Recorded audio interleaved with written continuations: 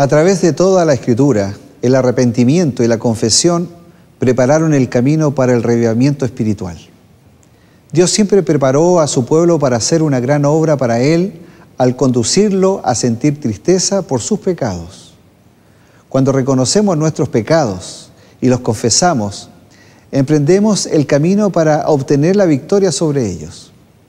El Señor no retarda su promesa como algunos la tienen por tardanza, sino que es paciente para con nosotros, no queriendo que ninguno perezca, sino que todos procedan al arrepentimiento. El arrepentimiento y la confesión son dos prerequisitos que necesitamos cumplir para recibir el poder del Espíritu. En esta lección repasaremos la importancia del verdadero arrepentimiento para recibir al Espíritu Santo, como se revela en el libro de los Hechos. También contrastaremos el verdadero arrepentimiento con el falso. Además, descubriremos que el arrepentimiento es un don que el Espíritu Santo otorga para ayudarnos a reflejar el amor de Jesús a quienes nos rodean. Bienvenidos a Lecciones de la Biblia.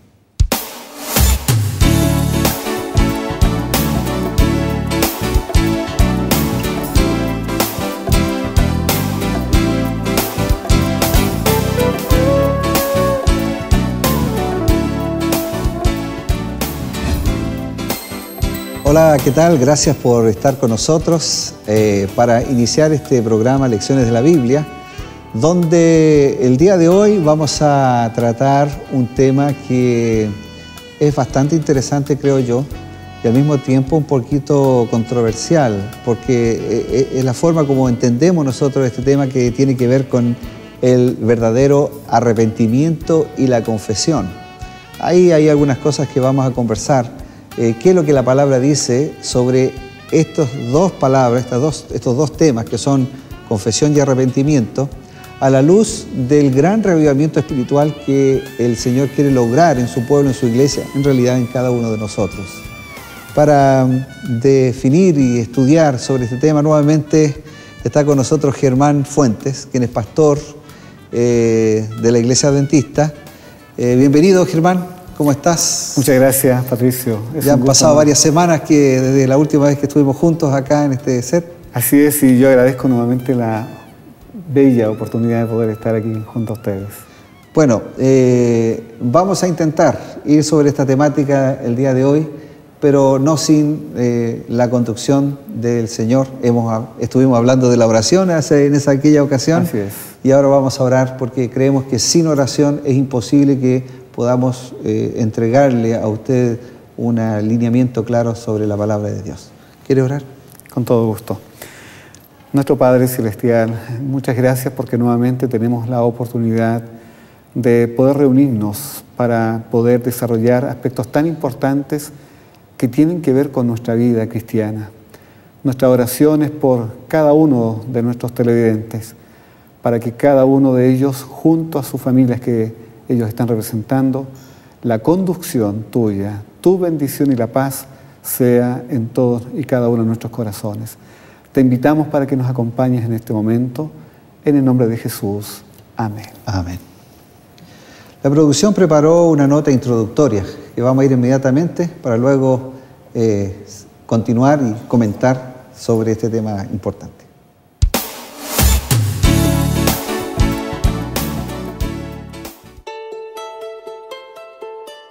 La doctrina de las indulgencias es una idea de la teología católica, asociada principalmente al pecado, la penitencia y el purgatorio, y se hizo conocida en el mundo antiguo, entiéndase Europa y ciertas zonas de Oriente, debido al poder del papado. Las primeras prácticas de la indulgencia se remontan al siglo III.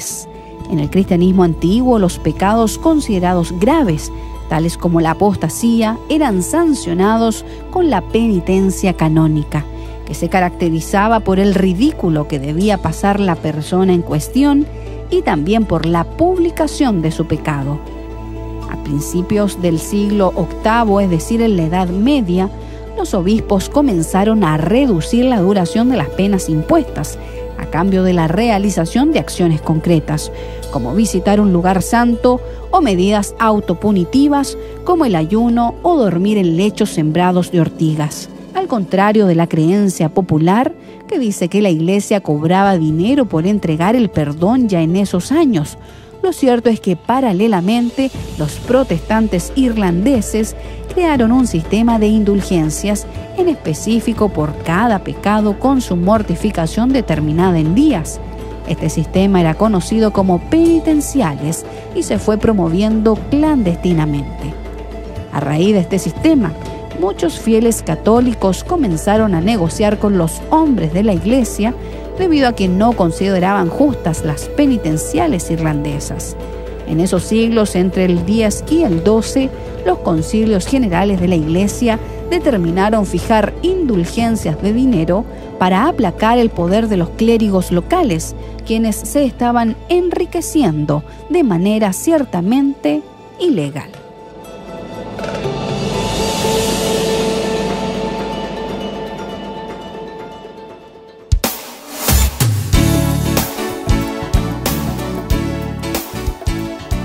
Muy bien, la verdad es que cuando hablamos de arrepentimiento está asociado el tema de la confesión también. La nota estaba más orientada hacia la confesión. Sin embargo, no puede haber arrepentimiento si no hay confesión, obviamente. Cuando tocamos este tema del arrepentimiento, Germán, ¿cómo definimos esta acción, esta palabra arrepentimiento desde el punto de vista bíblico, obviamente, ¿no es cierto? Porque entendemos lo que significa arrepentirse en el sentido literal de la palabra, sí, ¿cierto? Pero del punto de vista espiritual, ¿qué involucra el arrepentimiento real? Bueno, tú has puesto el acento en este plano, ¿verdad?, que nos compete, o el plano que nos interesa y tiene que ver con el escenario, ¿verdad?, espiritual. Pareciera ser que hoy en día esta palabra de arrepentimiento en nuestra sociedad no es muy bien, diríamos, tomada o muy bien considerada. Hay muchos actos que finalmente permiten al individuo, a la persona o a algunas instituciones simplemente no manifestar ningún grado de arrepentimiento.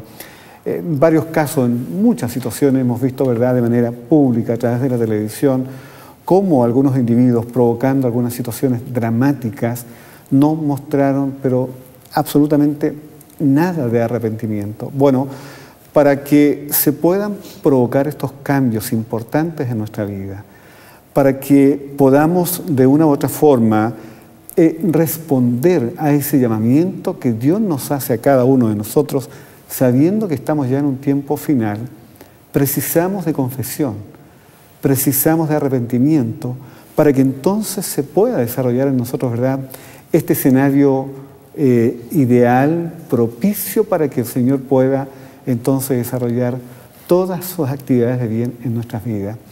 Cuando hablamos entonces de arrepentimiento, para nosotros como cristianos, y hago obviamente la separación, porque reitero, en nuestra sociedad pareciera ser que el que se arrepiente lo pierde todo.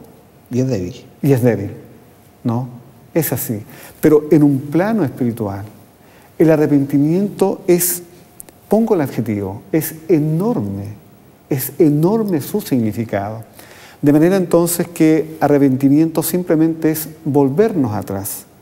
Es decir, de un acto equivocado, volvernos, regresarnos al acto que corresponde. Mira, hay una definición acá que es muy simple. Es verdadera tristeza por haber caído en pecado y apartarse de él. Y precisamente este es el llamado que Dios nos está haciendo a cada uno de nosotros. Es arrepentirnos, es decir, es volvernos a Él. Alguien dijo, arrepentirse es un don de Dios. ¿Estás de acuerdo tú con eso? Totalmente. Es un don de Dios. Es decir, el arrepentimiento solo lo puede provocar el Señor en nuestras vidas.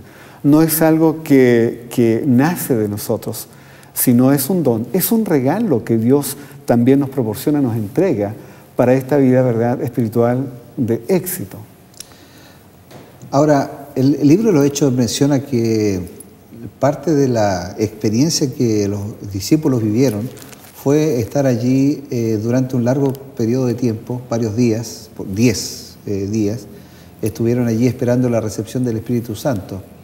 Y ese momento, cuando vino el Espíritu Santo, los movió a predicar, a salir adelante con entusiasmo. Y cuando Pedro predicó el primer sermón, predicó que el mensaje era arrepentíos para que los pecados sean perdonados. ¿Por qué razón la primera reacción, la evaluación de una persona que está espiritualmente bien, es justamente el arrepentimiento? Porque inmediatamente aparece allí que las personas se arrepintieron y se bautizaron por miles. Sí, pero nota tú algo muy interesante, y yo quiero también invitar, ¿verdad?, a nuestros televidentes. ¿Bajo qué condición se provoca finalmente este arrepentimiento que fue, ¿verdad?, a nivel de todos los que allí estaban junto a los apóstoles? ¿Cuándo realmente ellos tuvieron ese gesto o ese acto de arrepentimiento? Cuando finalmente la evidencia fue total sobre ellos, ¿verdad?, en lo que habían hecho. Habían dado muerte al Hijo de Dios. Por eso entonces, cuando ellos advierten que la evidencia les acompaña y que ellos estaban en una situación realmente gravísima, ellos preguntan, varones hermanos, ¿qué bien pues haremos? ¿Qué bien pues haremos? Y entonces Pedro dice, arrepentíos y, ¿verdad?, bautícese cada uno de nosotros para perdón de los pecados. Por lo tanto, volvemos nuevamente a este imperativo. Si pretendemos que nuestra vida realmente sea una vida de éxito, necesitamos vivir esta experiencia de confesión y también de arrepentimiento. Ahora, ¿qué ocurre cuando la persona está llena de orgullo, de vanidad, de egoísmo? ¿Puede experimentar algún sentido de arrepentimiento? Si pudiéramos preguntar nosotros a nuestros televidentes, yo le pregunto a usted que nos está mirando en este momento, nos está observando, ¿cuál sería su reacción? Patricio, la verdad es que en cada uno de nosotros hay mecanismos realmente interesantes. Y creo que este tema del orgullo es tan potente en nuestra vida que, aunque en muchas situaciones advertimos que hemos lamentablemente cometido error, pero nos mantenemos en nuestra postura. Qué distinto sería si nosotros realmente pudiéramos admitir, sí, me equivoqué, pero ese equivocarme da lugar a ¿qué cosa? A un acto de arrepentimiento. En suma, eso es justamente lo que el Señor en este momento, ¿verdad?, está clamando para cada uno de nosotros. Es decir, hemos ido demasiado lejos. Y el Señor en este momento nos está pidiendo, es su rogativa, que nos volvamos. ¿Dónde? Al camino que nos conduce a Él. Ahora, ¿cómo una persona puede volverse de lo que no tiene conciencia? Por ejemplo, la conciencia de pecado. ¿Cuál es nuestra realidad hoy en día frente a Dios? Somos pecadores. Bueno, si no hay conciencia de pecado. Sí, la verdad es que nosotros ni por decreto, ni por toma de razón, etcétera, etcétera, podríamos provocar tal conducta en las personas. Creo que aquí simplemente, ¿verdad?, es un acto personal, pero que en algún momento de la vida, Patricio, nos detenemos, nos planteamos a nosotros, bueno, ¿qué hemos hecho con nuestra vida? Porque finalmente el acto del arrepentimiento es un escudriñar, ¿verdad?, mis pensamientos. Pero sobre la base de que yo tengo una conciencia de que tengo algo que pedir perdón. Sí, correcto, pero mira, si Dios... yo soy un creyente, bueno, digo, sí, tengo que pedir perdón por mi reconocimiento de pecado. Es lo primero, ¿o no? Sí, pero fíjate que es interesante. Ese acto no es algo automático simplemente por mi condición de ser un cristiano. Puede ser que yo en mi, ¿verdad?, experiencia como cristiano tengo todavía el problema o el inconveniente, ¿verdad?, de arrepentirme o no arrepentirme. Probablemente usted, ¿verdad?, está teniendo la misma situación, sensación. Por lo tanto, aquí Dios no trabaja solo en el corazón de algunos. Patricio, aquí es donde está la parte más maravillosa. El Señor trabaja en el corazón de todos. Permíteme solo dar un ejemplo. Hay un periodista de un canal de nuestro país, es un periodista muy reconocido, que él en un momento declara públicamente ser un ateo, no cree absolutamente en nada. Pero mira, por alguna razón, bien diríamos de su propia experiencia, por algo lamentable que ha pasado en su vida, él ahora, finalmente, luego de algún tiempo de silencio, donde él ha podido también escudriñar su corazón, sus pensamientos, sus reacciones, pues bien, ahora, en este tiempo de silencio especial, declara públicamente que ahora sí cree en Dios. Entonces, tú ya ves, los momentos no solo son para algunos, de parte de lo que el Señor nos está, ¿verdad?, invitando, sino que esto es para todos. Claro, pero por eso te digo, parte de la base de una conciencia de que uno tiene una condición, sí, una condición que la conoce por la Biblia, ¿no es cierto?, su condición real de una vida de pecado, de una limitación, sí, ¿cierto?, desde el punto de vista espiritual. Hay personas que dicen, por ejemplo, yo no tengo de qué arrepentirme si yo no soy mala, yo no le hago mal a nadie, yo vivo en mi casa, vivo tranquilo, si puedo ayudar a mi prójimo lo ayudo, sí. Entonces, ¿de qué me voy a arrepentir? ¿De qué? ¿Me entiendes? O sea, es el punto que está detrás. Pero si no me comentes todavía, vamos a hacer una pausa breve y estamos de vuelta con Escena de la Biblia en el tema de hoy, que es arrepentimiento y confesión.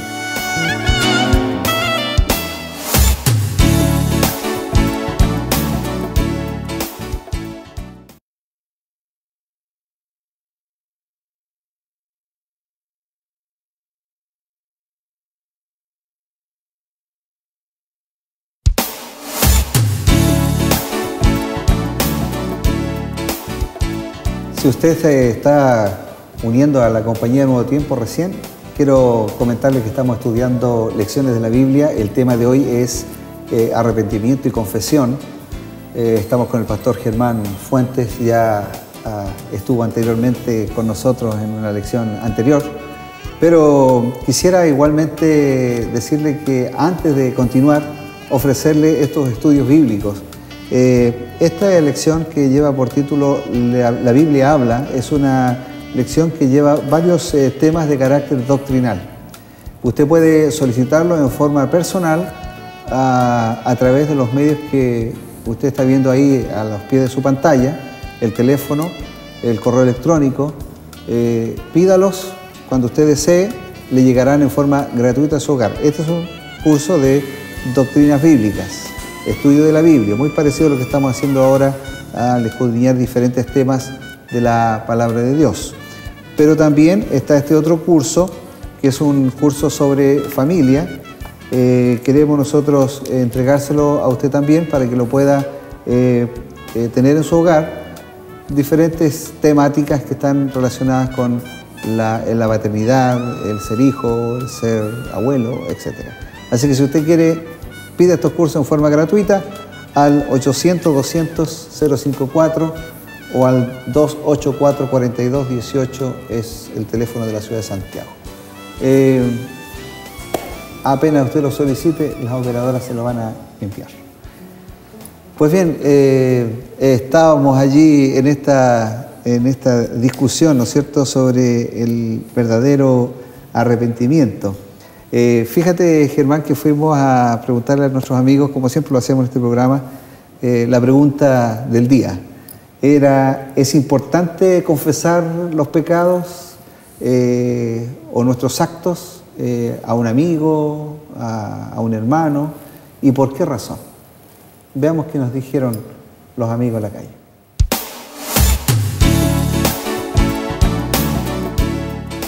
Confesarse, si es algo importante que afecta a la otra persona, quizás sí. Sí, yo encuentro porque, bueno, a veces sí están muy en angustia, porque en verdad a veces genera angustia tener algún pecado, algo que algo hizo mal. Entonces, si es necesario, sí, confesarlo. En algunos casos sí, porque uno cuando se guarda las cosas se empieza a sentir mal, empieza a pasarse rollo, se empieza a desconcentrar de los verdaderos objetivos que tiene uno. Entonces una forma de desahogarse es contar lo que le está pasando a alguien, por lo general al amigo más cercano. Yo se lo cuento a veces a mi mamá. Entonces me desahogo y me siento bien conmigo mismo y me deja hacer las cosas que de verdad quiero hacer. Sí, porque sirve como para botar tensiones. No necesario. ¿Por qué? Porque no es necesario que todo el mundo sepa lo que te pasa. Ah, sí, obvio, porque de repente uno tiene un problema y nos pueden dar un consejo o de repente para desahogarnos y sacar eso como que nos pesa. En relación a la familia, yo encuentro que está bien conversar las cosas, te pueden dar otro punto de vista, te pueden ayudar, aconsejar. Y los amigos también, pues alguien más cercano que está como a tu mismo nivel, por decirlo así, y te pueden ayudar. Yo creo que mis cosas íntimas, mías, que me puedan suceder, sí. Es importante tener la confianza de contárselo a mis papás. Bueno, siempre lo he hecho, porque creo que las familias son las que te dan a veces los consejos mejores. A veces los amigos, es muy difícil tener un buen amigo que te diga, ¿sabes qué? Cometiste este error, pero tenés que hacer esto. En esta sociedad que vivimos, los amigos son solamente amigos de carrete cuando tú puedes ofrecer algo, pero los que siempre están contigo es tu familia. Entonces, sí. Okay. Y hay una persona muy importante que le cuento todo, que es el que está ahí arriba. Así que, chao, que estés bien.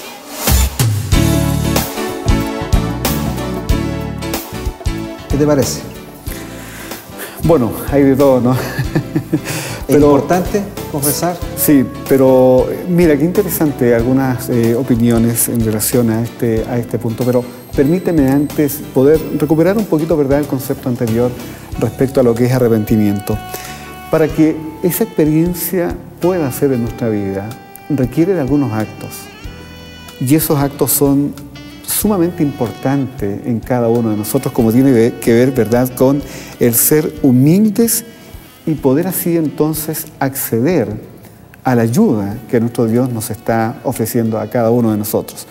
Si no tenemos estos actos o estos gestos, obviamente nunca se habrá de producir un verdadero arrepentimiento. Porque tal como ya lo hemos señalado antes, pareciera ser que quien se arrepiente hoy de sus actos da la impresión o está comunicando que efectivamente es un personaje débil, ¿no? Y entonces el hecho de mantenernos en nuestras posturas como que nos hace ser más grandes. Pero finalmente el reino de los cielos es de los humildes. Y creo que en este aspecto nosotros necesitamos responder a la invitación de nuestro Padre Celestial.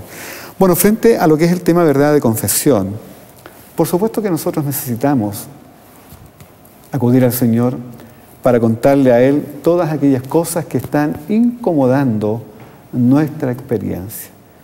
¿Quién sino nuestro Padre Celestial es el señalado, es el indicado para que nosotros podamos volcar todas las demandas que hay en nuestra vida?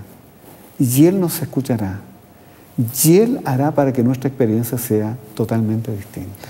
Germán, el tema que a mí me inquieta un poco es el grado de experiencia que las personas tienen que vivir en relación con el arrepentimiento, porque la definición de arrepentimiento es tristeza sincera, sí, por el acto, pero no por el acto en sí, sino una tristeza y un dolor por haber ofendido a Dios.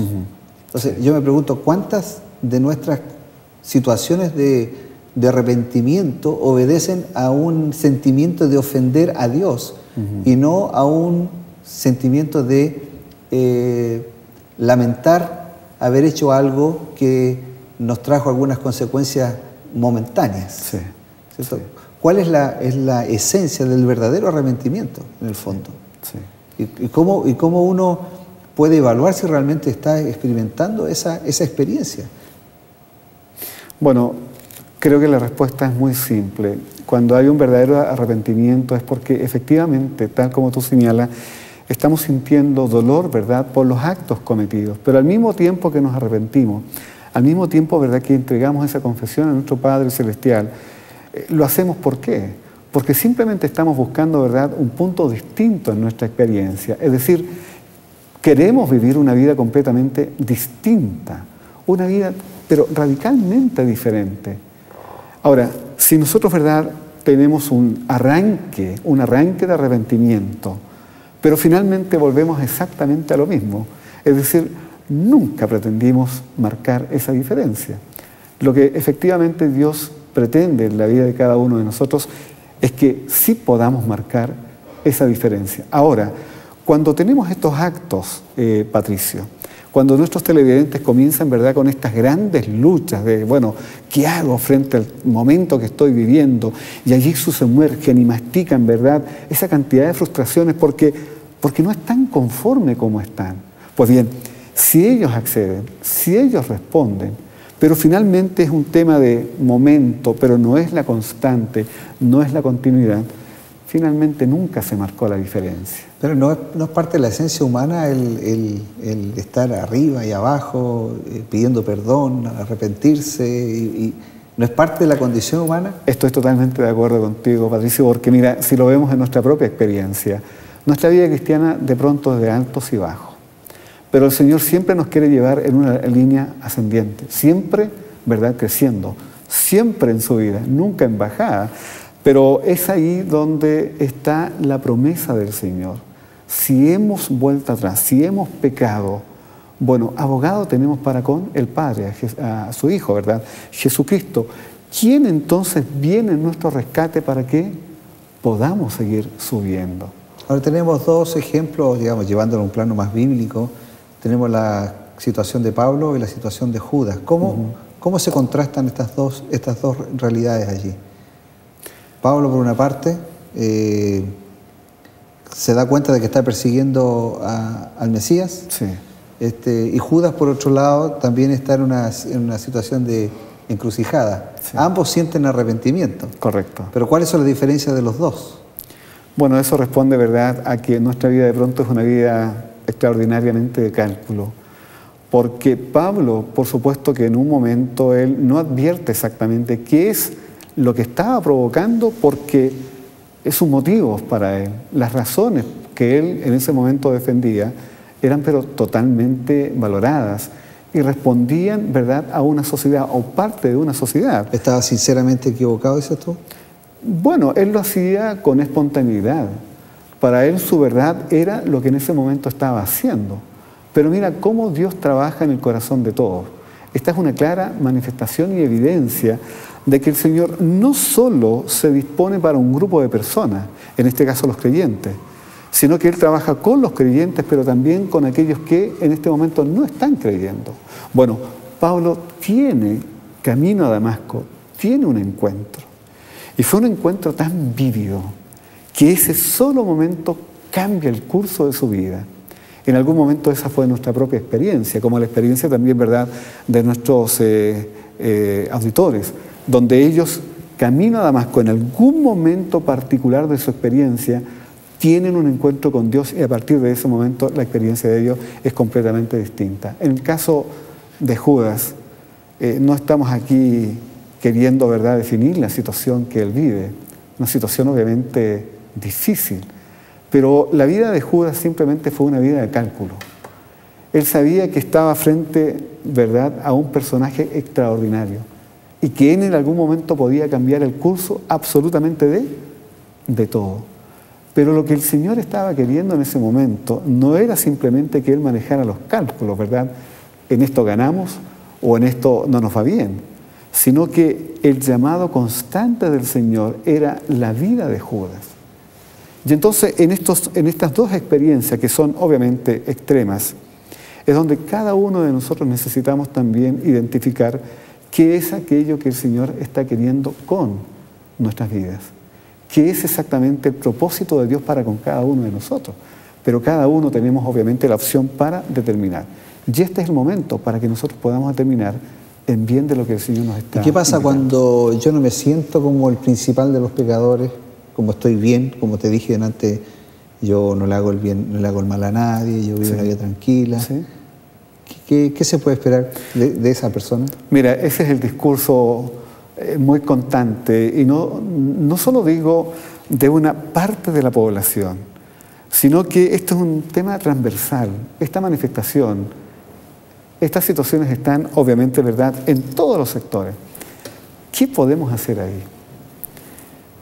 Creo que la única posibilidad que tenemos es orar por tales personas. Volvemos nuevamente, ¿verdad?, a lo que en algún momento compartíamos. Entonces, por eso es que el arrepentimiento es un don. Eso lo puede provocar solamente Dios. Exactamente. Por eso el Espíritu Santo, ¿verdad?, hoy está trabajando muy activamente en el corazón de toda persona. Porque mira, en la sociedad de pronto hay situaciones que se provocan y que finalmente ese auditor o ese, ¿verdad?, oyente, en base a esas situaciones, finalmente va tomando sus propias decisiones. Y tenemos muchos casos de personas que llegan a nuestra iglesia conmovida por ciertos actos de la sociedad que finalmente provocan, ¿verdad?, un cambio de experiencia.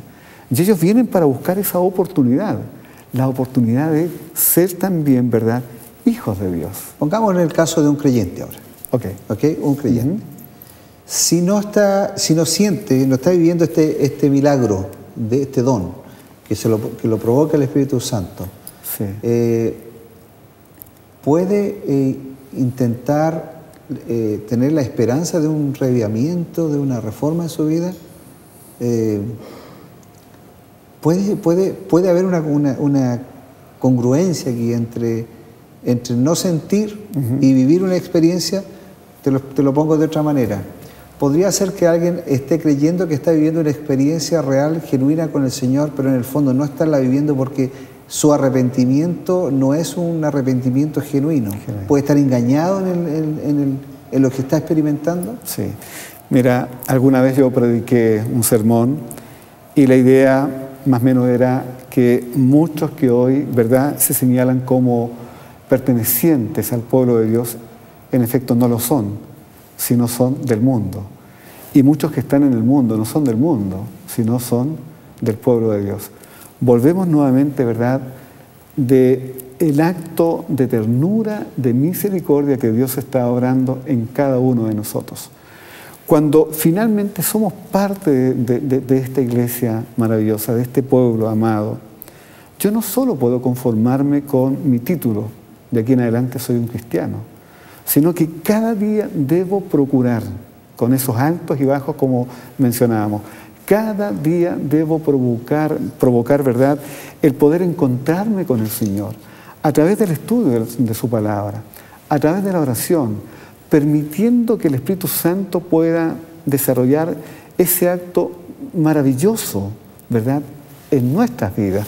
De manera entonces que es necesario que cada día nosotros busquemos al Señor para que solo entonces se pueda, diríamos, provocar la diferencia. Bueno, al parecer todos nosotros de alguna manera necesitamos vivir una experiencia espiritual. O sea, nadie podría aspirar a un verdadero arrepentimiento o a una experiencia genuina con Dios si es que no está buscando, como mencionábamos antes, mediante la oración, una vivencia espiritual. Es decir, como los apóstoles tenían 10 días y entonces se derramó el Espíritu Santo, ellos estaban unánimes en la oración, en el arrepentimiento, en la confesión, y entonces se manifestó sobre ellos este poder, ¿cierto? Este don de Dios que lo llevó a un reconocimiento de una situación particular, que finalmente los llevó a realizar la obra de la predicación. Vamos a hacer una pausa. Está interesante esto. Vamos a hacer una pausa y volvemos ya. No se aparte 30 segundos, un minuto lo más, es lo que demora Nuevo Tiempo en volver al programa.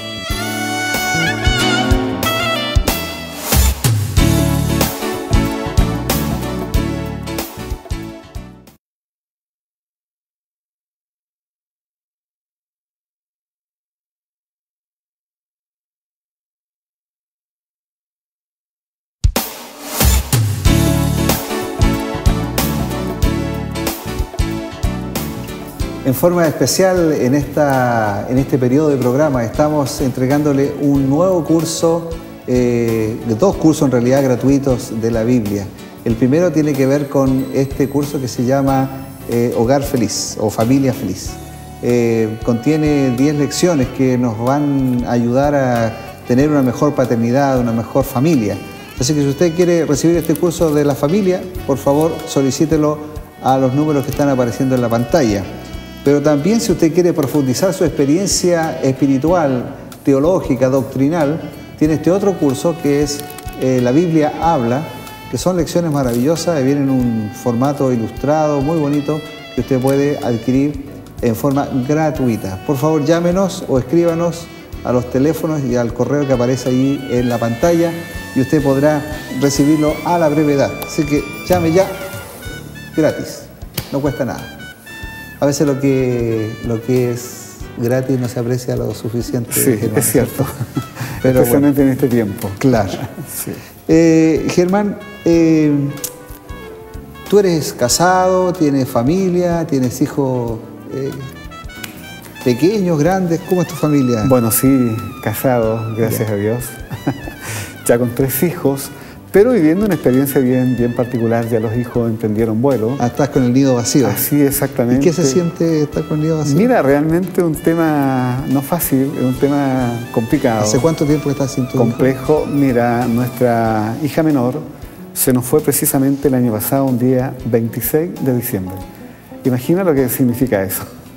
Es un tema complicado, pero nos asiste, diríamos, el ánimo que vivimos momentos muy lindos con nuestros hijos. Yo en ese aspecto no tengo, diríamos, un sentimiento que no aproveché, ¿verdad?, a nuestros hijos. No, la verdad es que siempre fui muy ligado a ellos y siempre, y bueno, y ahora ellos en sus diferentes lugares mantenemos a través de los aparatos de comunicación que hay para este tiempo siempre una comunicación muy permanente. ¿Dónde diaria. están tus hijos? Bueno, hay uno de ellos que está estudiando en nuestra universidad en Argentina. Ya esperamos que pronto pueda ya salir, anhelamos que eso sea.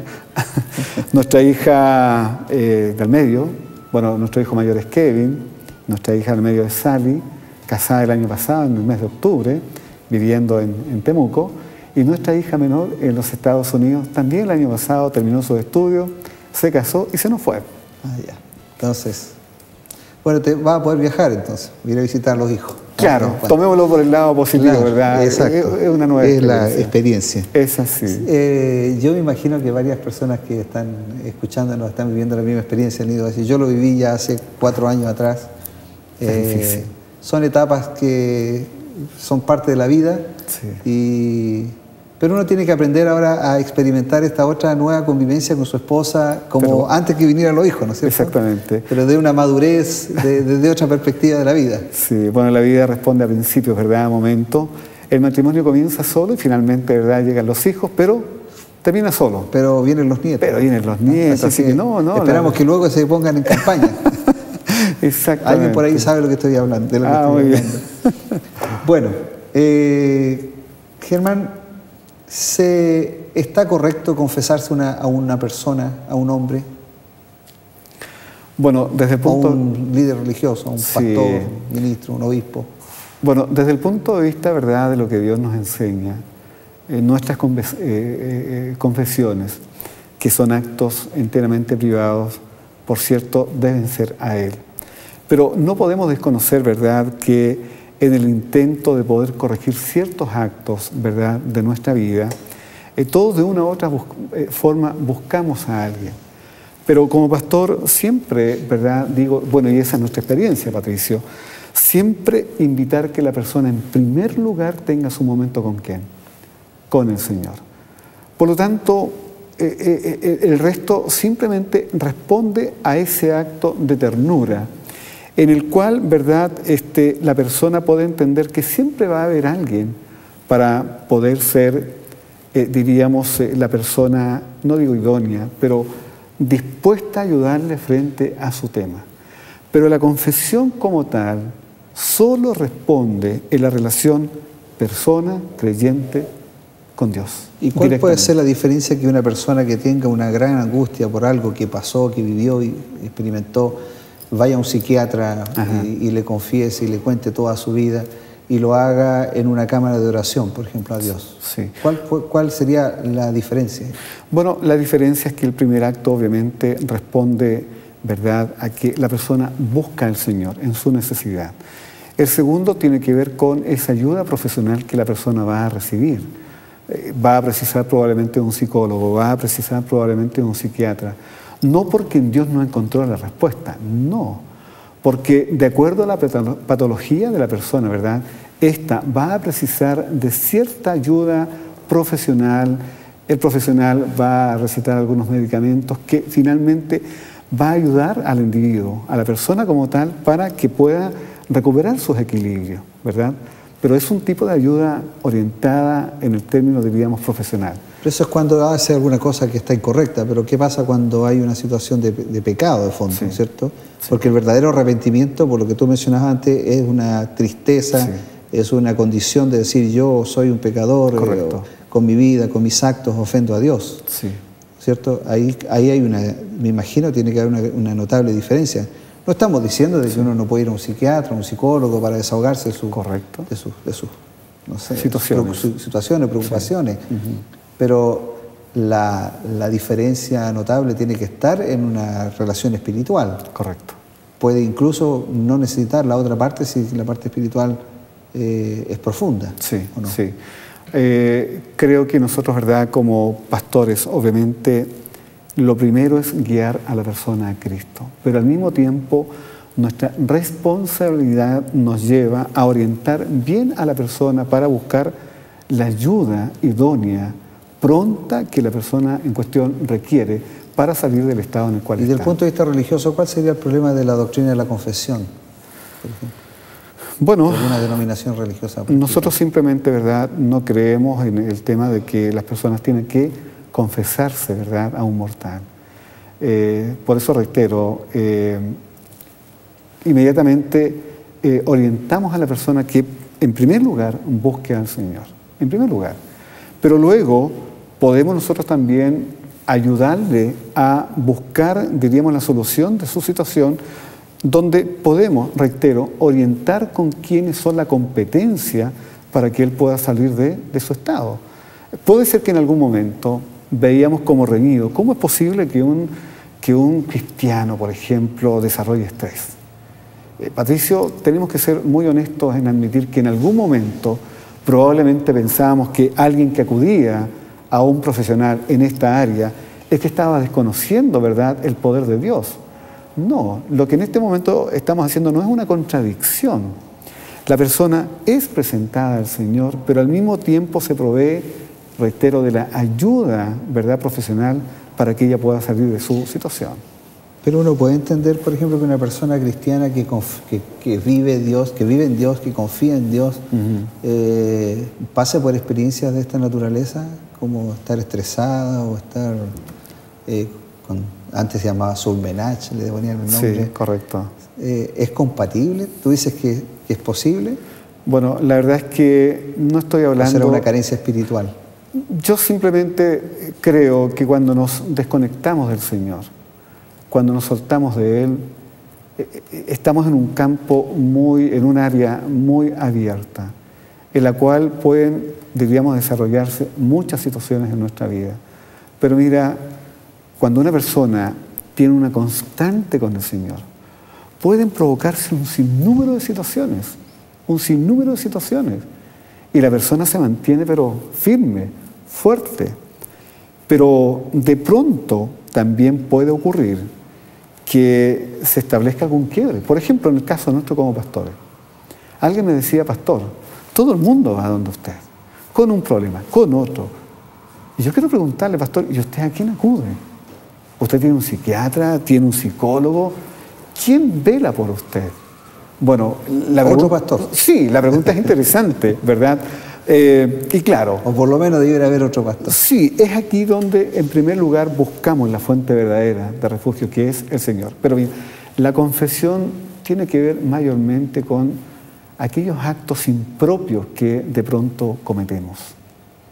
Básicamente la confesión está orientada en esa dirección. Cuando hay, por ejemplo, pecado, cuando hay ciertas cosas que son reñidas con nuestras convicciones, bueno, allí tiene que haber confesión, ¿te fijas?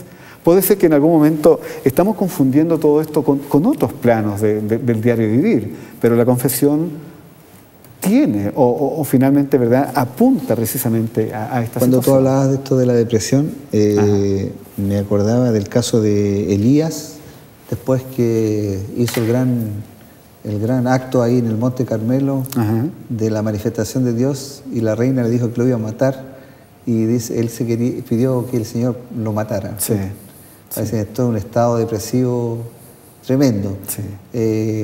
También el caso de Jonás, cuando fue a predicar a Nínive y el Señor no respondió, se enojó, entró en una depresión también ahí. Sí. Vale decir, los hijos de Dios no están ajenos a este tipo de experiencias. Sin embargo, quiero pensar de que la relación con Dios hace que desde el otro punto, del otro plano espiritual, la persona esté en paz con Dios. Así es. puede estar viviendo ciertas experiencias que son producto del diario vivir, de la contingencia, del tiempo en que vivimos, pero la otra cosa es realmente estar en paz de una vida con el Señor. Así es. Que me parece que eso es lo más importante. Mira, es interesante, Patricio, porque en estos dos actos que tú señalas, tanto el de Elías como el de Jonás, en ambos Dios obviamente toma iniciativa. Elías, frente a esa situación, ¿verdad?, él simplemente busca un lugar de refugio a 2000 y tantos metros de altura, en una cueva. Allí, ¿verdad?, estaba él no solamente queriendo ocultar su situación, sino que al mismo tiempo aterrado por lo que pudiera haber acontecido con él. Pero qué increíble, Dios allí lo va a buscar y le pregunta: Elías, ¿y qué haces tú aquí? ¿Qué haces aquí? E inmediatamente, ¿verdad?, Dios le da todo lo que él necesita. En el caso de Jonás, exactamente lo mismo. Provee un gran pez, ¿verdad?, lo toma y finalmente vemos a un Jonás completamente liberado.